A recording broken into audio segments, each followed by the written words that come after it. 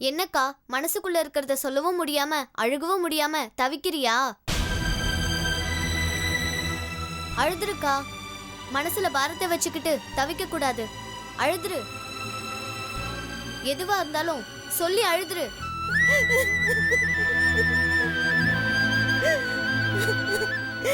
எனக்குன்னு யாருமே இல்லம்மா. என் மனசு படுற கஷ்டத்தை நான் யார்கிட்ட சொல்லி அழுதுனே எனக்கு தெரியல. நான் இருக்கேன். நான் இருக்கும்போது யாருமே இல்லைன்னு ஏன் சொல்ற? என்னக்கா அப்படி பாக்குற? நீ எங்க போனாலும் நான் உன் கூட தானே இருக்கேன். உன்னை எனக்கு முழுசா தெரியும். எனக்காக நீயாவது கடைசி வரைக்கும் என் கூடவே இருப்பியா செல்லம்? நான் இருப்பேன். கஷ்டம் வரும்போது உன்னோட நான் இருக்கேன். சந்தோஷம் வரும்போது நீ என்னை விட்டுட்டு போயிடக்கூடாது.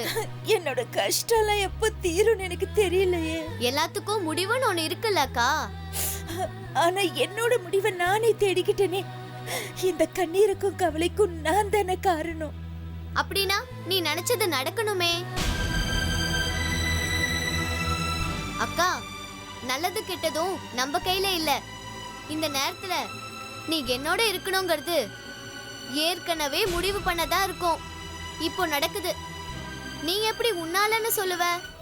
அவர் சொன்ன 100 வார்த்தையில ஒரே ஒரு வார்த்தைக்கு நான் மதிப்பு கொடுத்திருந்தேன்னா என்னை விட்டு போயிருக்க மாட்டார் இல்ல?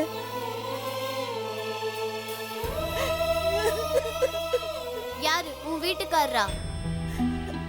நீ உன் முடிவை தேடிக்கிட்ட மாதிரி அவரும் அவர் முடிவை தேடி இருப்பாரு.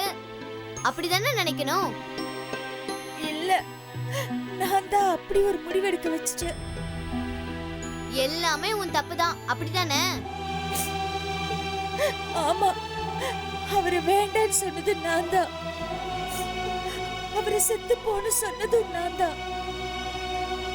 இப்ப அவரையே நினைச்சு அழுதுகிட்டு இருக்கிறதும் நீதான். அழுத முடிச்சிரு. உன்னால எவ்வளவு அழ முடியுமோ அவ்வளவும் அழுது முடிச்சிரு. ஏமா அக்காவை அழ சொல்ற? அப்புறம் என்னம்மா, எல்லாத்தையுமே நான் செஞ்சேன்னு சொல்லிட்டு இருக்காங்க. நாம பண்ணது தப்புன்னு அவன் மனசுக்கு தோணிருக்கோம், அதனால சொல்லிருப்பா. சாமி கிட்ட வேண்டிக்கிட்டா அது பொறுப்புல விட்டுட்டு நாம விலகிடணும்.